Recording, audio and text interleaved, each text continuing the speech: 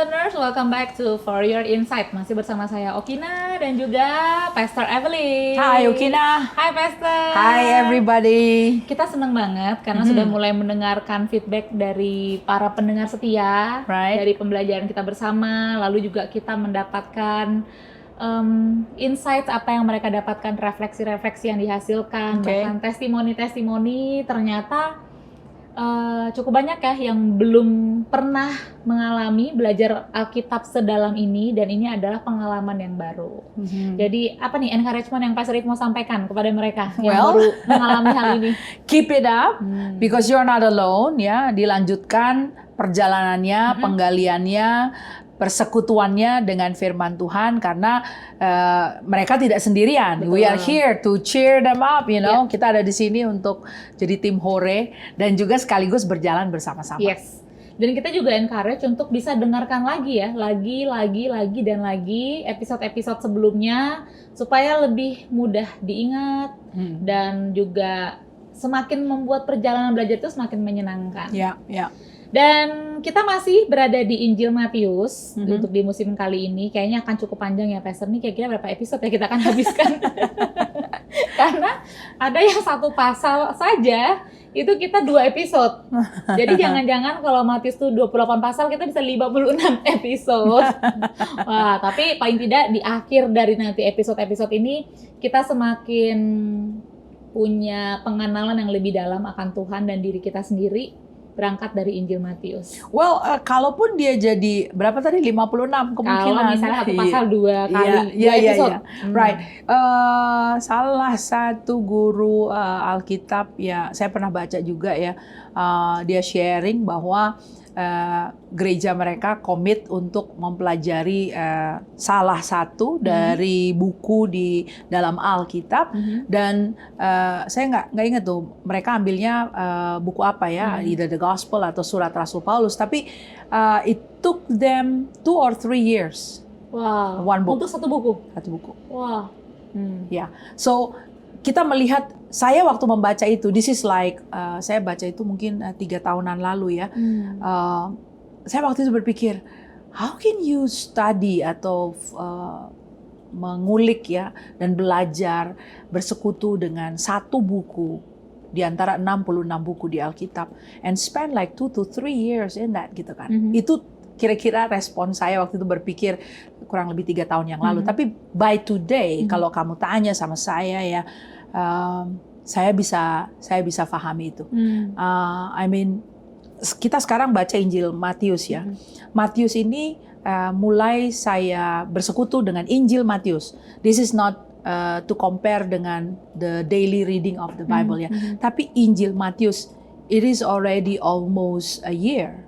Sudah hampir setahun. Jadi kita merecord ini di penghujung waktu 1 tahun itu bagi saya gitu ya. And membacanya berulang-ulang. Injil Matius sudah saya baca 15 atau 20 kali berulang-ulang dalam berbagai macam versi dan terjemahan, menggarisi gitu ya. Jadi saya punya beberapa Alkitab di rumah dari berbagai macam versi, dan kalau dilihat di situ Injil Matiusnya, di bagian Injil Matiusnya, it is already banyak banget tulisan. It's already full of selalu saja ada tambahan-tambahan. It's already full of notes, full of papers gitu kan. I mean in anything you grab one of my Bible at home and you see Matthew, which mungkin Alkitabnya bisa baru karena saya menstimulasi diri dengan berbagai macam versi. Tapi begitu you come to Matthew, Matthew-nya udah agak lusuh. Padahal the Bible kelihatannya baru, Matthew-nya udah lusuh. Jadi kita bolak-balik di Injil Matius. Bolak-balik, jadi bisa agak keriting-keriting kan ujungnya. Nah, tapi inilah pentingnya bahwa waktu kita bersekutu dengan firman Tuhan, kita mengizinkan diri kita to fully marinated ourselves, ya kan? Kita merendam diri kita sedemikian rupa, we soak in, we take in, kita sedot, kita serap firman Tuhan itu ke dalam diri kita. We get to know, and seorang pengajar Alkitab berkata, that you can even think the scripture gitu ya. Pasal 1 isinya ini, pasal 2, pasal 3, pasal you can even imagine those scripture, dan tulisan-tulisan itu is within you. Gitu. Jadi untuk akhirnya sekarang saya bisa memahami, wow, keren juga ya, that church can go for 3 years in one book, fully marinating Jadi themselves penasaran itu in the word. buku apa ya yang 2-3 tahun digali itu? Ya, seteliti itu, sekomit itu ya, in the full diet dengan diet yang terarah dengan firman Tuhan. Dan sebenarnya waktu kita belajar Alkitab sambil kan istilahnya kita kunyah-kunyah ya, kunyah-kunyah aja. Kita untuk mengunyah makanan tuh mesti puluhan kali supaya bisa diserap oleh bagian-bagian pencernaan dalam tubuh kita. Ya, untuk dapat sarinya, you want to extract sarinya, the juice ya dari segala macam yang kita makan itu yang diburu kunyah. Dan saya juga belajar, Pastor, salah satu aktivitas kita mengunyah firman Tuhan kan memang merenungkan, kita membaca berkali-kali, terus kita renungkan. Dan juga yang efektif itu adalah mendiskusikan, ya nggak sih, Pastor ya? Jadinya ya saya sendiri saja dalam podcast ini, walaupun sebelumnya sudah baca, sudah pernah didiskusikan lagi pada saat kita taping saat ini, selalu saja ada penemuan baru. Yeah, I mean, how many times? Tidak hanya dalam recording. Saya kalau sedang naik mobil, I mean, I'm driving and Okina sitting di samping saya, and we begin to talk the word, you know. Apalagi kalau kemarin habis Bible study, kita dibahas lagi. Kita bahas di mobil sambil perjalanan jauh ya, di tengah macet kita sambil nyetir gitu. I mean, saya dapat hal yang baru, as much as Okina dapat hal yang baru. Kok bisa terjadi kayak begitu? Karena I believe the spirit of revelation ya, roh wahyu itu hadir gitu ya. Tuhan hadir pada saat kita membicarakan firman-Nya. He is there with us. Dia hadir. His presence is there. Dan hadiratnya yang mengajar, hadiratnya yang menyembuhkan, hadiratnya yang membebat luka kita, itu hadir di situ. Pada saat we speak the word. Betul. Kayak perjalanan Yesus. Dua orang. Kayak Emmaus. Yesus hadir. Dan menjelaskan kepada mereka. Firman Tuhan jadi hidup. It's stirring up their spirit. Kalau nggak salah. Betul. Ya. Jadi waktu kita berdua berbicara dengan saudara kita mengenai firman Tuhan, janji Tuhan. Atau misalnya baru selesai Bible study atau kemarinnya terus dibahas lagi, saya percaya pasti ada penemuan-penemuan yang baru. Amen. Karena saya juga belajar waktu itu kita sama-sama agree dengan postur pada saat belajar Alkitab adalah adanya curiosity, rasa penasaran, rasa yang haus, rasa yang menunjukkan ketertarikan, minat, dan juga careful reading. Jadi careful reading ini bukan maksudnya jangan sampai salah baca, memperhatikan tanda baca. Saya rasa lebih dalam daripada itu. Careful reading adalah kita melibatkan Roh Kudus untuk mewahyukan hal-hal yang tersirat, yang perlu disingkapkan dan bisa dikenal oleh manusia roh kita. Jadi tentu saja mau berkali-kali kita belajar perikop yang sama, selalu saja ada penemuan yang baru. Itu keren banget. Kekayaan dari firman Tuhan. Nah, salah satunya, ini kan sebenarnya pernah kita bahas juga, Pastor. On the road. Matius pasal yang ketiga. Nih, waktu saya setelah Bible study, besoknya bertemu dengan Pastor Eve dalam perjalanan, saya bahas lagi nih mengenai Matius pasal yang ketiga. Karena ternyata dari peristiwa perkenalan seorang tokoh, yaitu Yohanes Pembaptis, banyak hal yang akhirnya diangkat ke permukaan untuk kita kembali renungkan, untuk kita kembali kunyah. Dan disitulah saya mulai mendapatkan hal-hal yang lebih dalam. Oke, kita langsung masuk saja ya, Pastor, ke Matius yang ketiga. Ini mengenai Yohanes Pembaptis. Gimana nih kita, Pastor, mau memulainya? The text would be Matius pasal yang ketiga, ayat yang pertama sampai dengan ayat yang ke-12 ya. Jadi I think go ahead and read it first, ya. Dan sementara nanti kita membaca ayat-ayat ini bisa juga kita lihat di layar. Bagi Anda yang sedang memegang Alkitab bisa sambil membaca bersama. Bagi Anda yang dalam perjalanan, Anda bisa mendengarkan pembagian firman Tuhan ini. Matius pasal yang ketiga, Yohanes Pembaptis. Pada waktu itu tampillah Yohanes Pembaptis di padang gurun Yudea dan memberitakan, "Bertobatlah sebab kerajaan sorga sudah dekat." Sesungguhnya dialah yang dimaksudkan Nabi Yesaya ketika ia berkata, "Ada suara orang yang berseru-seru di padang gurun, persiapkanlah jalan untuk Tuhan, luruskanlah jalan baginya." Yohanes memakai jubah bulu unta dan ikat pinggang kulit, dan makanannya belalang dan madu hutan. Maka datanglah kepadanya penduduk dari Yerusalem dari seluruh Yudea dan dari seluruh daerah sekitar Yordan. Lalu sambil mengaku dosanya, mereka dibaptis oleh Yohanes di sungai Yordan.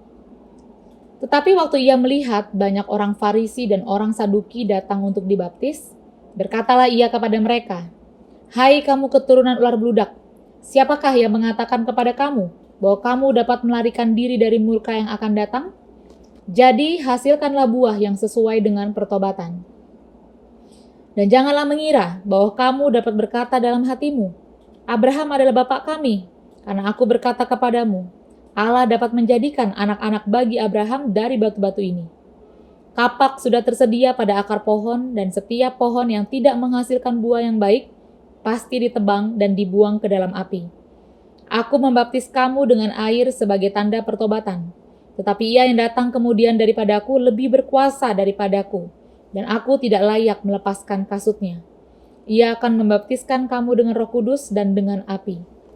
Alat penampi sudah di tangannya. Ia akan membersihkan tempat pengirikannya dan mengumpulkan gandumnya ke dalam lumbung. Tetapi debu jerami itu akan dibakarnya dalam api yang tidak terpadamkan." Amen. Amen. So, ayat yang pertama kita mulai ya, di sini diberikan judul perikop ini adalah Yohanes Pembaptis. So there is a distinct ya mau dibilang objektif, tapi maksudnya penekanan di sini ya. This is about John the Baptizer. Ya, dia adalah pembaptis. Jadi this is not just any John in the story, tapi this is the John. Ini adalah Yohanes yang membaptis itu, gitu kan. Jadi ada penekanan khusus pada apa yang dilakukan oleh Yohanes. Ya, pembaptisan. Nah, jadi kita akan cermati itu juga gitu. Kenapa pembaptisan ini menjadi sesuatu yang krusial juga dengan dan penting, Yohanes. ya gitu. So this is not any John gitu ya. Tidak dikatakan gini adalah Yohanes anak dari Zakaria. Ya, karena Injil Lukas memperkenalkan ya, ada konteks, ada sketsa kita bisa temukan di sana bahwa Yohanes ini dilahirkan dari sepasang orang tua yang sudah lanjut usia, ya. Dan kedua orang tuanya dari ayah dan ibunya adalah dua-duanya orang yang saleh. Mereka melayani Tuhan sampai pada usia lanjutnya mereka belum dikaruniai anak. Jadi kalau kita melihat sketsa orang tua daripada Yohanes Pembaptis, kita akan menemukan tuh bahwa they're good, mereka adalah orang saleh, orang benar. Tetapi itu di Lukas disampaikan. Coba lihat di Lukas. Jadi ada kontras itu gitu loh. Saya yakin Lukas sebagai penulis yang juga teliti ya, medical doctor yang juga teliti menjelaskan. Dia pasti tidak sembrono mencantumkan hal tersebut gitu loh, bahwa di tengah-tengah konteks yang seperti itu ya, tetapi mereka tidak mempunyai tetapi anak. Ada kata tetapi ya. Saya sangat mengingat kemunculan dari kata tetapi itu. Itu mengindikasi sesuatu yang tidak lazim. Ya, saya bacakan saja Pastor ya. Silakan. Lukas 1 ayat 6 dan 7. Keduanya adalah benar di hadapan Allah, saleh, benar, dan hidup menurut segala perintah dan ketetapan Tuhan dengan tidak bercacat. Tetapi mereka tidak mempunyai anak, sebab Elisabet mandul dan keduanya telah lanjut umurnya. Ya, jadi kata tetapi ini adalah kontrasnya gitu loh. Berarti semacam ada suatu pandangan umum bahwa if you live right, if you serve the Lord, ya, if you do all of these things, your checklist is all good, kamu mestinya ada anak. Gitu kan? Jadi ada kemunculan kata tetapi ini cukup frontal dia. Tetapi. Nah, ini berarti sesuatu yang tidak umum, tidak lazim gitu ya. Tidak seperti itu loh mestinya. Orang hidup benar tuh seharusnya life should go well gitu loh. Ada apa nih? In all your faithfulness unto the Lord, kok bisa kau nggak ada anak? Kan gitu kan. Jadi inilah kontrasnya. Itu tidak luput dari catatan yang dituliskan oleh Dr. Lukas ya. Tetapi mereka tidak mempunyai anak. Sebab, nah disampaikan kenapa nggak punya anaknya? Sebab Elisabet mandul dan keduanya telah lanjut umur. Semacam di dalam budaya yang ada pada saat itu, kemandulan dianggap sebagai sesuatu yang, but that means God is not blessing you. Waktu kamu mandul, Tuhan berarti nggak berkati kamu. Itulah pendapat umum, gitu kan? Karena kalau Tuhan berkati kamu, seharusnya kamu punya keturunan. Jadi bisa ada seperti itu kontrasnya. Lalu apa daya lagi, ditambah lagi kamu sudah tua, lanjut umur. Berarti like there is no chance for you to even have your own biological keturunan gitu. Tidak akan ada lagi hal seperti itu. Nah, cuman yang menarik buat saya dalam catatan ini adalah mereka tidak punya anak, betul, mandul, keduanya telah lanjut umur, tapi ayat 6 berkata, keduanya benar di hadapan Allah, hidup menurut segala perintah dan ketetapan Tuhan dengan tidak bercacat. So artinya kita melihat Yohanes Pembaptis lahir di tengah-tengah konteks keluarga yang saleh, dalam arti kondisi bertahun-tahun tidak punya anak biologis itu tidak menghentikan mereka dalam kesalehannya di hadapan Tuhan. Not having a child up to that moment, ya, not having a child did not stop them. Wah. Did not stop them Wah, ini bagus ini. from serving the Lord. They will just go on and serving the Lord. Bahkan they're already, ini sampai masa tua masih terus melayani Tuhan kok. Yeah. Sampai masa tua masih terus. A growing Christian is a serving Christian. Yeah. A serving Christian is a growing Christian. Jadi artinya they are not in it for the blessing.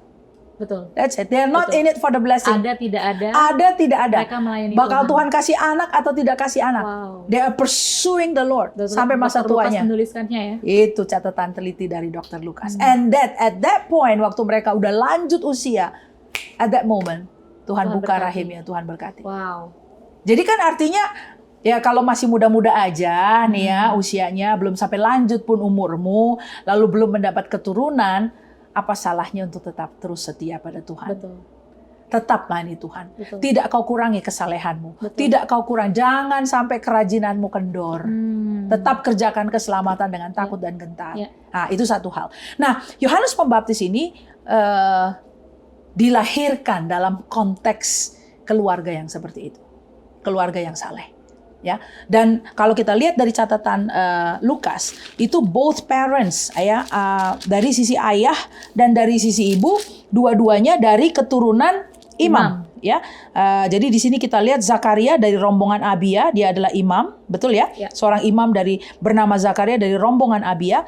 Istrinya juga keturunan berasal Harun. dari keturunan Harun, namanya juga. Elizabeth. Both are dari keturunan imam. Dan pada saat itu yang dari keturunan imam-imam sajalah yang boleh melayani di Bait Allah. Betul. Ya, kita melihat ya di dalam sensus yang dilakukan pada zaman Ezra. Masih ingat itu ya? Jadi dia melakukan pendataan. Siapa nenek moyangmu itu siapa? Apa garis keturunanmu? Kalau betul garis keturunanmu adalah imam-imam, then you can serve. Yeah. Tapi kalau tidak, bahkan ada yang catatannya hilang, itu tidak bisa. Gitu ya. Jadi ini garis keturunan ini penting. Nah, apakah kemudian dengan demikian mestinya Yohanes Pembaptis ini datang dari orang tua, yang satu dari keturunan Harun, yang satu dari keturunan rombongan Abia, seorang imam. Mestinya anak ini kan berarti dia tunggal ya, satu-satunya. Satu-satunya. Ya itu mesti lanjutkan jadi imam juga. Ya. Namun kita melihat di sini ya. Pasal 3 ayat 1 adalah pasal yang sudah fast forwarding. Ya, itu adalah pasal yang sudah melompat jauh ke depan. Ya. Dari pasal yang kedua di atasnya, ya. Jadi waktu dikatakan pada waktu itulah, itu keterangan waktu, pada waktu mana? Ya, pada waktu mana? Ini ada fast forward 30 years. Ya, dari kejadian yang kurang lebih, ya, kalau saya bilang kurang lebih, karena pasal 2 ditutup dengan kejadian Yesus beserta kedua orang tuanya, ya, Yusuf dan Maria kembali dari Mesir. Kita nggak tahu kapan dia kembali dari Mesir, karena waktu mereka berangkat ke Mesir, usianya Yesus itu di bawah 2 tahun, kan mengungsi mereka kan. Lalu kapan dia kembali ke Mesir? Karena tidak lama setelah Yesus lahir itulah Herodes meninggal dunia, yaitu di tahun keempat sebelum Masehi. Lalu setelah dia meninggal dunia, maka wilayah yang dipercayakan oleh Kekaisaran Romawi kepada Raja Herodes itu dibagi 3. Arkelaus ya, Arkelaus, kemudian ada Philip, lalu satu lagi Antipas, ya kan? Jadi dibagi 3 itu wilayah. Nah, makanya mereka nggak pergi ke Yerusalem lagi kembali. Karena ada Arkelaus yang merintah daerah Arkelaus. situ. Nah ini by the way, teman-teman sekalian, Arkelaus itu adalah salah satu dari putranya Herodes. Jadi kalau saya nggak salah catatan saya itu ya, ada kurang lebih 14 itu putranya dia. Ya. Nah Arkelaus itu salah satunya. Dibandingkan kalau dia dibandingkan dengan ayahnya ya, Herod the Great, beberapa ahli dan catatan-catatan menyatakan dia mewarisi DNA kejamnya saja. Hanya itulah yang tertinggal di dia. Hanya itu saja yang tersisa di dia. Di dia gitu yang loh. Lainnya. Jadi pemikirannya yang brilian, membangun apa segala itu nggak ada. Waduh, agak sulit ya Pastor ya. Iya. Sebagai seorang pemimpin, tidak ada keahlian memimpin, lalu karakternya buruk. Iya. Jadi yang itu dimiliki hanya posisi. Dan Arkelaus akhirnya tidak memerintah cukup lama. Karena kalau saya tidak salah, pada tahun ke-6 Masehi, dia kemudian diturunkan, ya disingkirkan oleh Kekaisaran Romawi. Ya, nah anyway itu yang terjadi di wilayah provinsi Judea. Ya. Nah daerah Galilea dan beberapa tempat sekitarnya itu diberikan oleh Kekaisaran Romawi kepada putra daripada Herodes yang bernama Philip, if I'm not mistaken, di daerah Galilea. Dan dia cukup stabil, dia memerintah beberapa puluh tahun, gitu ya. Nah itulah makanya Yusuf membawa keluarganya karena udah tahu itu Arkelaus, dia kemudian menyusuri untuk tiba di daerah Galilea dan akhirnya bermukim di Nazaret. Nah, itu adalah pada masa kanak-kanak Yesus, mungkin waktu dia batita atau balita gitu ya. Nah, sekarang kita fast forward masuk ke pasal 3, ini sudah musim yang berbeda. Jadi kita lompat sudah 30 tahun ya, kurang lebih lah. Hampir 30 tahun kita fast forward ke depan. Nah, pada waktu itu dikatakan tampil Yohanes Pembaptis. Sedikit sketsanya kita bisa lihat di Injil Lukas seperti apa dia dari kisah kelahirannya ya, itu pun di Injil Lukas juga jadinya skip, loncat di Lukas ya dari masa dia dilahirkan lalu lompat hampir 30 tahun gitu kan. Nah dikatakan pada waktu itu tampillah Yohanes Pembaptis di padang gurun Yudea. Di padang gurun Yudea. Memang catatan daripada Dr. Lukas memberitahu kita bahwa ayah dan ibunya atau Elizabeth gitu lebih tepatnya diceritakan dia ada in the hill country of Judea. Ya, jadi waktu Maria dikunjungi oleh malaikat, dikatakan bahwa sanakmu yaitu Elizabeth juga sedang mengandung 6 bulan, kan gitu. Tapi itu menarik loh, Pastor. Elizabeth kan mengandung di usia lanjut usia. Ya. Maria mengandung di usia yang sangat remaja. Ya, below 20 years. Jadi ini saya nggak tahu, itu ekstrim sekali perbedaan usianya. Ya. Wah. Yang saat Yohanes Pembaptis lahir di tengah orang tua yang sudah lanjut usia, sementara Yesus lahir di tengah keluarga atau pasutri yang sangat belia. Artinya setiap orang usia apapun bisa mengandung mimpi Tuhan. Yes. As long as we open up ourselves, kita bisa berdansa dengan Tuhan dan dipercaya untuk mewujud nyatakan impian Tuhan bagi generasi kita. Right? Nah, Yohanes Pembaptis ini muncul di padang gurun Yudea. Lalu dia dikatakan dan memberitakan, bertobatlah sebab kerajaan sorga sudah dekat. Nah, I think we want to stop there dan kita mau ulik ini ya, kita mau dalami ini. Oke, nah konteks ini ya, jadi dari masa pasal 1, pasal 2, lalu kita skip lompat hampir 30 tahun ke depan, adalah konteks atau masa ini berada di tengah-tengah suatu rentang waktu ya, intertestamental. Ya, jadi catatan terakhir perjanjian lama itu kalau kita lihat di Alkitab bahasa Indonesia, perjanjian lama kita diakhiri dengan kitab Maleaki. So, I mean he was the last prophet of the Old Testament. Dia adalah nabi terakhir dari perjanjian lama. Ya, dia yang mewartakan bahwa nanti Elia akan datang dan dia akan merestorasi hati bapa berbalik pada anak-anak kepada bapa gitu. Itulah yang terakhir kali, artinya Tuhan berbicara kepada orang Yahudi umatnya ya secara audible lewat suara nabi-nabinya gitu kan. And then there is this over 400 years of silence plus ini ya hampir 30 tahun kesunyian ya kan. Artinya pesan terakhir dari Tuhan itu adalah pesan pertobatan. Berbaliklah. Berbaliklah. Lalu bagaimana dia akan menangani kaum Lewi? Ya, bagaimana dia menangani orang-orang yang telah mendua hati, yang telah berbalik hatinya dari dia, yang tidak menghormati perjanjian perkawinan, yang menceraikan istrinya, kan all of those things.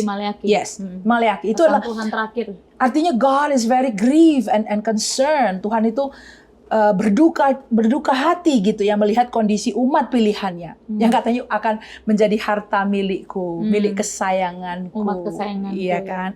Tapi begitu kelakuannya gitu loh. Dan kemudian ada rentang masa over 400 years of silence. Ya.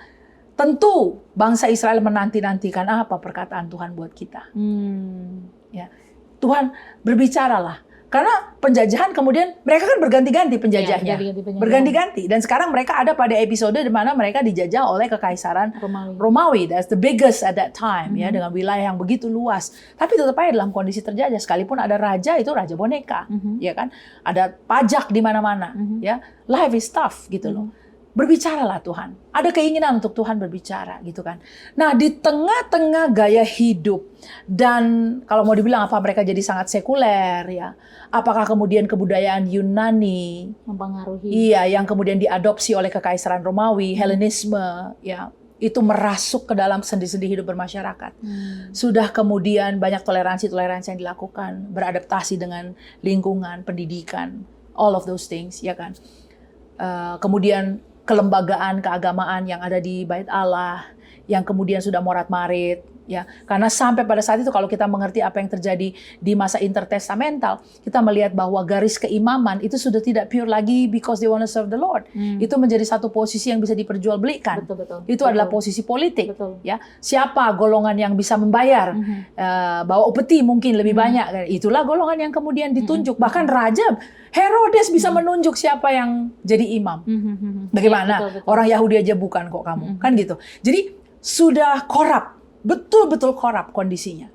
Will God even speak? Apakah Tuhan masih akan berbicara? Apakah Tuhan akan merestorasi? Nah, Alkitab berkata bahwa in the fullness of time, Jesus come.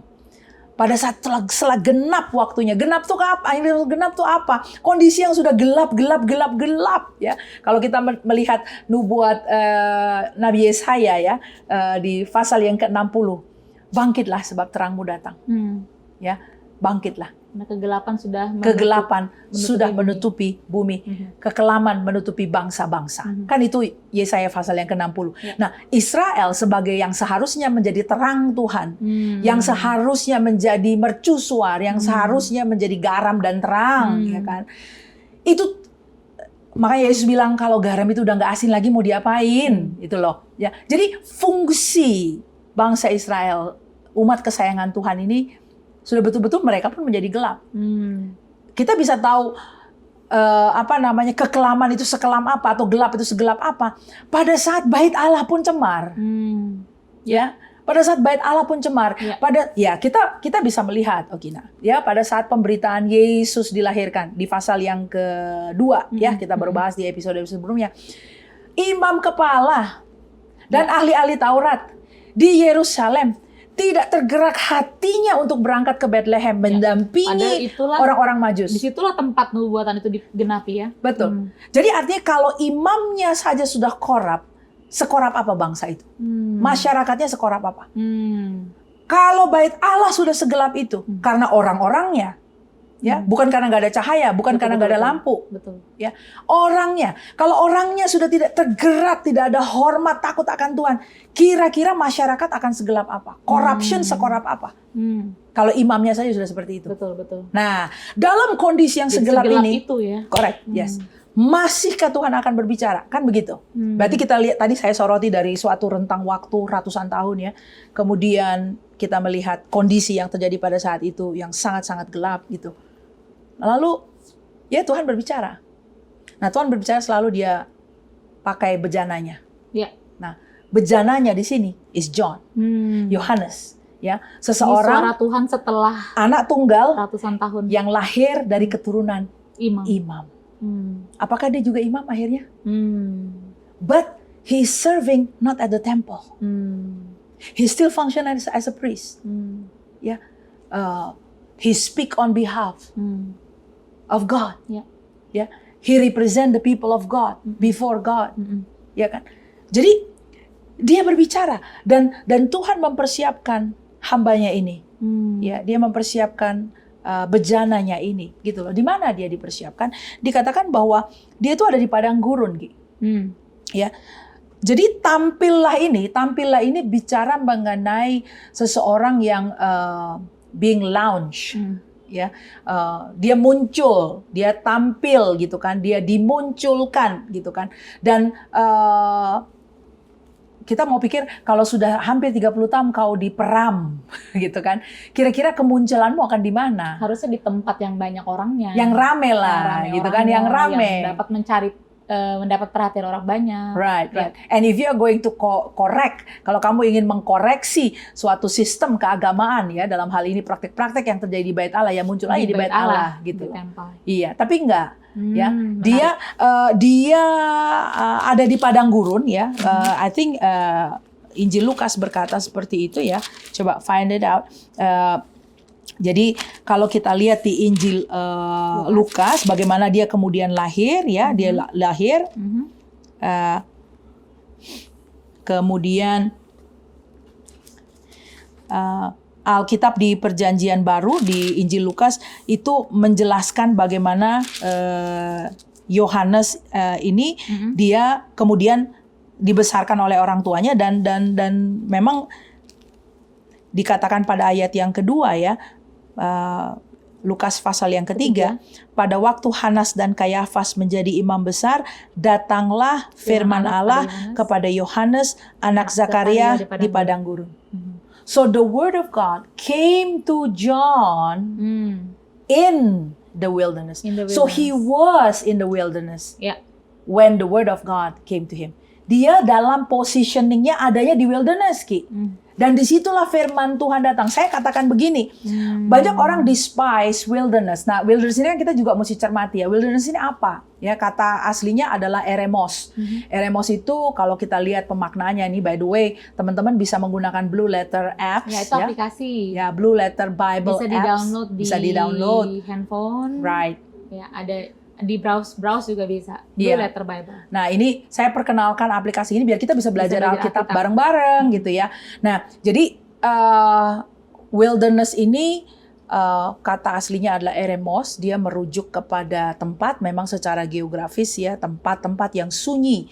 Ya, jadi dijelaskan bahwa eremos itu adalah tempat yang sunyi. Jadi tidak serta-merta karena dia padang pasir gitu ya. Kering tandus berair. Tandus kering tanah tandus kering tiada berair. Butuh pun aku ini. Kasihlah setetes air. Diteteskan air. Teteskanlah airmu. Ya, ini tempat yang sunyi, yang sepi gitu kan. Bukan juga karena harus ada pasir ya, jadi bukan juga padang pasir, lain padang pasir. Padang gurun itu tempat yang sunyi, jadi nggak ada hal-hal yang terisolasi. Ya seperti itulah. Nah, tapi juga memiliki makna kondisi. Ya, jadi dia tidak hanya bicara mengenai tempat, geografis, nah, tapi juga suatu kondisi orang yang ditinggalkan, kondisi orang yang diabaikan, dilupakan, yang tidak dilindungi oleh pihak-pihak yang seharusnya melindungi, yang tidak disediakan oleh pihak-pihak yang seharusnya bertanggung jawab menyediakan. Itu juga kondisi yang eremos. Dibuang. Iya, dilupakan, dibuang gitu kan. Nah, jadi kita kembali kepada konteks Yohanes. Yohanes ini sedang berada di padang gurun, sunyi, sepi, ya, nggak ada orang yang endorse dia juga, gitu kan. Dan dalam kondisi seperti itu, seperti Lukas berkata tadi, firman Tuhan datang kepada Yohanes. Wow. Setelah penantian 400 plus 30 tahun. Ya, itu dalam kalau rentang sejarah bangsa. Sepanjang itu. Rentang kehidupannya Yohanes berapa tahun dia? Ada di dalam kesendirian itu. Ya. Jadi kemudian firman Tuhan datang kepadanya. And that very word of God, itulah yang kemudian dia bawa ke hadapan publik. Ya. Ke hadapan publik juga di mana? Tidak di tempat keramaian. In the wilderness. So in the wilderness, the word of God came to him. And in the wilderness, he shared what he received from the Lord. Saya tulis dalam catatan saya, if after your wilderness season, what kind of message are you going to deliver? Ya, kita kadang-kadang dalam ini kita langsung pemaknaan nih ya. Jadi sekaligus kita pada saat kita mengalami kondisi-kondisi di mana kita dilupakan, tidak dilindungi, tidak dijaga, tidak disediakan oleh pihak-pihak yang seharusnya menjaga, melindungi atau memprovide bagi kita, kita berada di tengah kesunyian tersebut. Apa sih prosesi yang terjadi dalam diri kita? Gitu. Karena beneran loh di tempat yang sunyi kayak gitu, kamu mati gaya lah ya. Mau ngapain coba? Nggak ada. You cannot sustain yourself with, nggak bisa menghibur diri dengan gadget atau apapun juga gitu kan. Dan kalau dibilang kesunyian dan kesepian, juga bukan serta-merta kalian berada di tempat yang sepi. Because you can be lonely di tempat yang ramai. You can feel abandoned di tempat yang ramai. Kamu bisa merasa diabaikan, dilupakan, dan ditinggalkan pada saat ada banyak orang sebetulnya di sekeliling kamu gitu kan. But you know that feeling kesendirian and being sunyi di tengah keramaian, itu bisa juga terjadi. And banyak hal yang kemudian akan bergejolak dalam diri kita. But do we meet God though? Ya. Apakah firman Tuhan datang kepada kita? Ya, salah satu poin pentingnya ya. Apakah firman Tuhan datang datang kepada kita di wilderness itu? Karena untuk menguji apakah firman Tuhan datang pada kita atau tidak, itu terlihat dari what will come out of you. Apa yang akan keluar dari kamu? Ya, untuk Yohanes ayat yang kedua di Matius pasal yang ini yang keluar nih dari Yohanes Pembaptis. Dia katakan 30 tahun tobatlah di wilderness. Yes. Dan pesan ini yang keluar. Jadi arti kalau saya menganalogikan ya, dulu tuh kalau di padang gurun zaman Israel, caranya memanggil to assemble people together adalah dengan tiupan sangkakala. Ya. Dan orang Israel harus cukup familiar dengan bunyinya. Bunyinya ada bunyi yang panjang atau bunyi yang kayak staccato ya, yang ya staccato bunyinya ada, lalu jeda, lalu ada gitu kan, atau bunyi panjang. Itu mereka tahu itu kode because of the big number of people ya. Jadi bunyi sangkakala itu adalah kode bagi mereka untuk tahu apa yang harus diperbuat gitu ya. Dan bagi saya setelah 400-an tahun lebih kesunyian dan kesenyapan di mana firman Tuhan sedang dinanti-nantikan gitu ya. Tuhan mempersiapkan shofarnya, Tuhan mempersiapkan sangkakalanya ya, yaitu hambanya yang bernama Yohanes ini di padang gurun, di dalam kesunyian ya, dalam kesepian itu kan, dia persiapkan and he carved out, dia torehkan, dia bentuk, he form and he built a message di dalam shofarnya ini, di dalam sangkakalanya ini, and after enough time, setelah cukup masanya, kemudian sangkakala ini dibunyikan. Dan bunyinya sangat distinct. Bunyinya itu unik ya. Bunyinya adalah bertobatlah. Ya, bertobatlah. Jadi saya lihat ada banyak hal sebetulnya yang Tuhan kerjakan pada masa wilderness. Kata wilderness ini cukup menjadi satu kata yang saya proses juga di dalam mempelajari firman Tuhan ya. Banyak hal yang terjadi di wilderness, di padang gurun ya. Dan itu sebetulnya bisa menjadi tempat kalau dulu dengan bangsa Israel ya, kita belajar mereka ada 40 tahun di padang gurun, dan padang gurun itu menjadi sebetulnya kalau dimaknai dengan tepat ya, padang gurun itu menjadi tempat, if I may say, persekutuan keintiman yang luar biasa antara Tuhan dan umatnya. Ya, amin. Karena Tuhan bilang, aku mau diam di tengah-tengah kamu. I wanna be among you. Kan gitu. Dan itu terjadi di padang gurun. Belum pernah terjadi dalam sejarah di mana umat Tuhan disustain by God for 40 long years. Ditopang segala unsur sendi-sendi kehidupannya, ditopang oleh tangan Tuhan. Sepatu mereka nggak usang, nggak bolong gitu ya. Baju mereka, saya nggak tahu bajunya ikut membesar dengan badannya atau apa gitu ya. Tidak pernah kelaparan. Tidak pernah kelaparan. Secara mujizat makanan tersedia gitu kan. Tidak pernah kepanasan, kedinginan karena ada tiang awan, tiang api, dan so real. Mereka bisa lihat, literally bisa melihat kalau tuh hadirat Tuhan tuh turun di kemah pertemuan. Karena kemudian Musa akan keluar dengan wajah yang sangat berkilau-kilau gitu ya. Jadi artinya the tangible presence of God itu terjadi pada saat mereka ada di padang gurun. Jadi artinya kalau kita kita tarik maknanya ya, if those beautiful and wonderful thing terjadi bagi bangsa Israel waktu mereka ada di padang gurun, shall we or why don't we embrace our wilderness season? Because God can be so, bukannya Tuhan itu datang menjauh atau mendekat gitu ya. Tapi kan kadang-kadang karena kesibukan kita yang sebenarnya menjauh dari Tuhan. Tuhan mah nggak jauh dekat, dia nggak mut-mutan kayak begitu gitu ya. Kita yang mut-mutan. Iya, he's very stable and constant gitu loh. Jadi kalau kita dia bilang, selalu berada di sana. Aku nggak berasa hadirat Tuhan.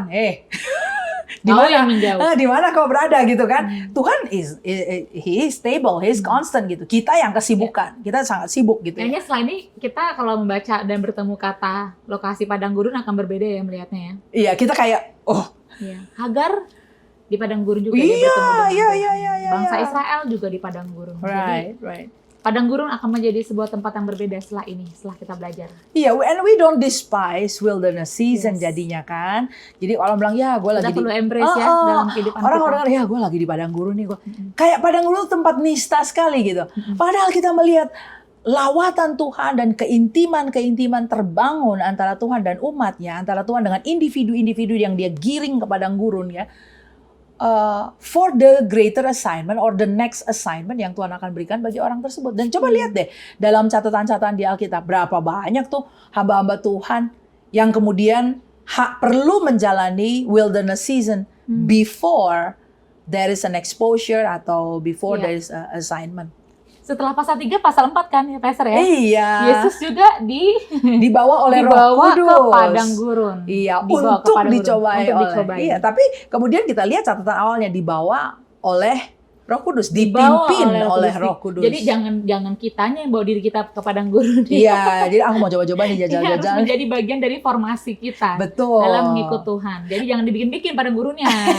Ini nggak perlu diluruskan sama Pastor. Karena ada kayak gini misalnya nih, saudara kita lagi menjauh, terus kita nggak punya istilah lain. Oh dia lagi di padang gurun. Jadi kayaknya salah konteks juga ya. Ya itu dia sendiri sedang mengisolasi dirinya. Dia lagi mengisolasi diri namanya, bukan lagi di padang gurun. Karena hari ini kita udah mendengarkan makna padang gurun itu sendiri ya. Ini bukan sesuatu yang kita bikin. No. It's not a man. Sebetulnya it's not a man-made ya. It's not man-made, betul. Yeah. It is part of our Christian formation, spiritual formation. Ini bagian dari our journey with the Lord. Pembentukan Kristus di dalam kita. Betul. Ya. Jadi kita juga melihat bagaimana Yohanes yang adalah putra tunggal dari pasangan imam-imam ini mendapat firman Tuhan di padang gurun. Wah, saya sih berdoa bagi teman-teman pembelajar yang hari ini mendengarkan, kita memastikan firman Tuhan datang. Yes. Di tengah padang gurun yang sedang Anda. Ya, alangkah eloknya kalau itulah yang kemudian terjadi. I mean the word of God is far more better, jauh lebih baik daripada perkataan kawan-kawan kita atau hasil browsing kita, ya hasil quote yang terpampang di social media. I mean far more better.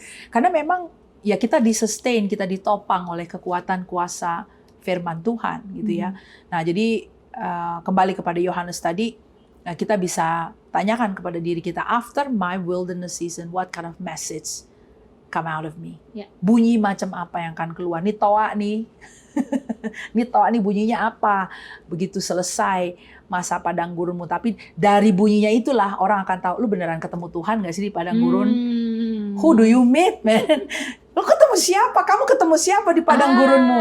Betul. Ketemu siapa kau? Betul. Ini sebenarnya sebuah indikator yang baik.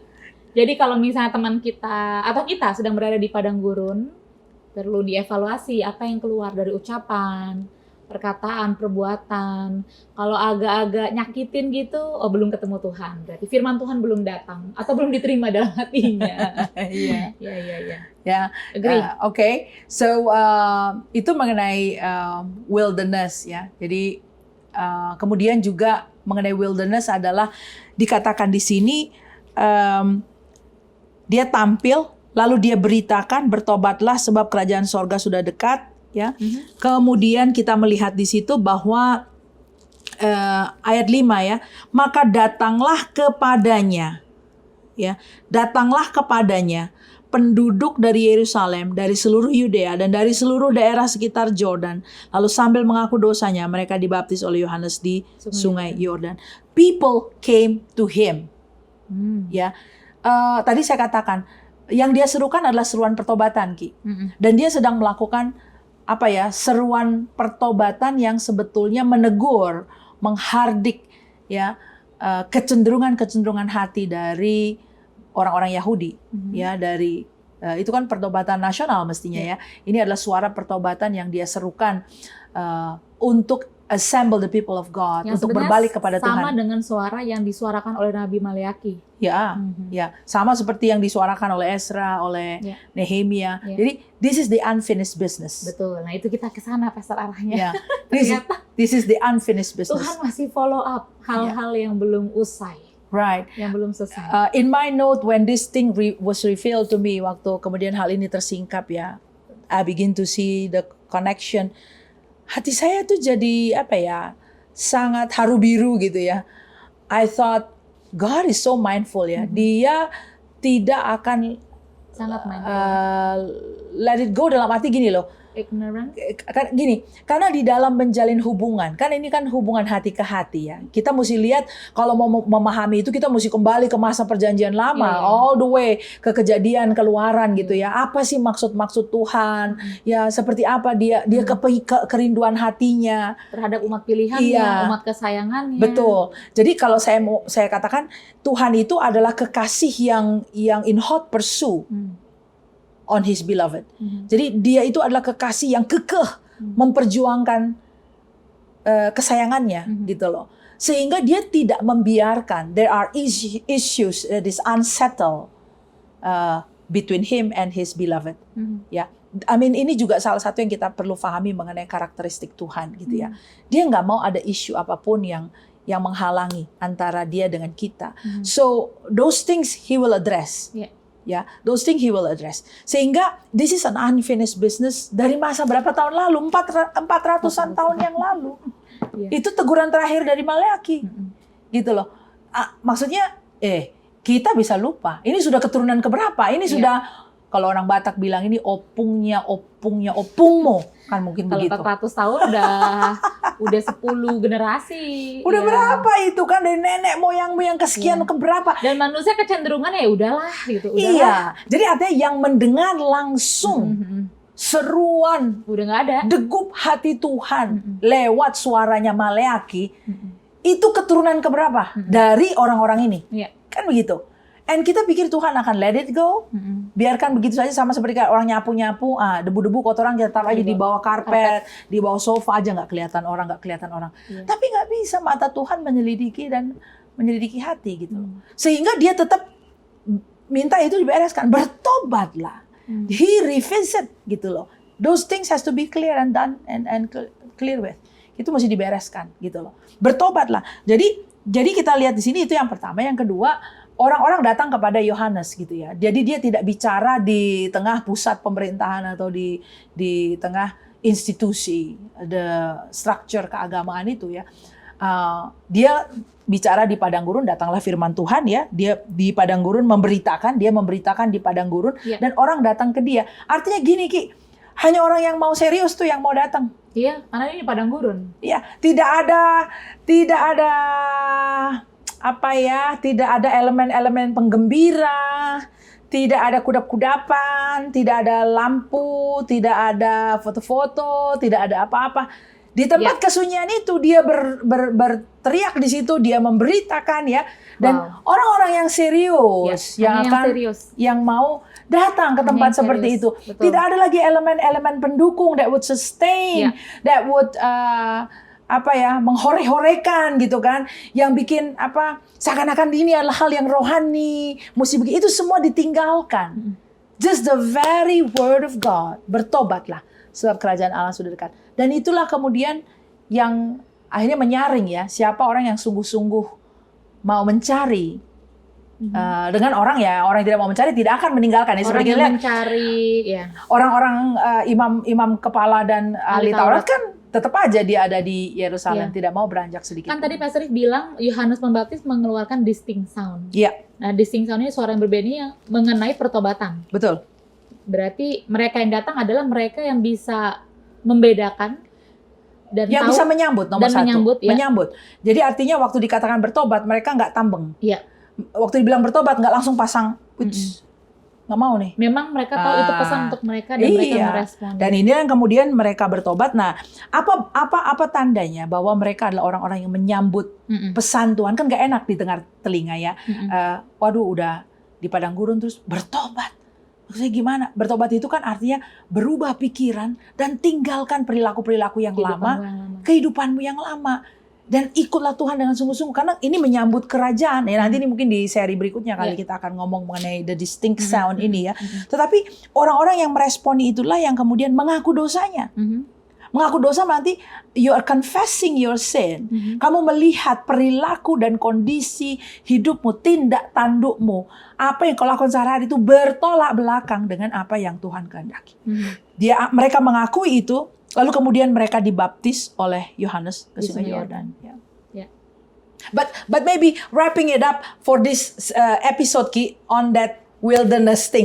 Because if I go on this repentance, ini akan kemudian jadi panjang karena ini kita ya. udah cukup panjang nih durasinya. Ini baru 6 ayat pertama di pasal 3. Seperti tadi saya bilang di awal, satu pasal bisa 2-3 episode sepertinya. Karena kita menggali, mendalami, memaknai. Menggali, mendalami, dan memaknai. Bagaimana dengan Anda? Bagaimana Anda melihat pesan Tuhan mengenai wilderness, padang gurun? Dan kami berharap jika itu adalah situasi yang saat ini Anda sedang hadapi, kami berharap Anda menyambut firman Tuhan yang datang kepada Anda. Dan apa yang keluar dari dalam diri Anda adalah kebenaran firman Tuhan. Kita akan sambung lagi di episode berikutnya. Oke, sampai jumpa.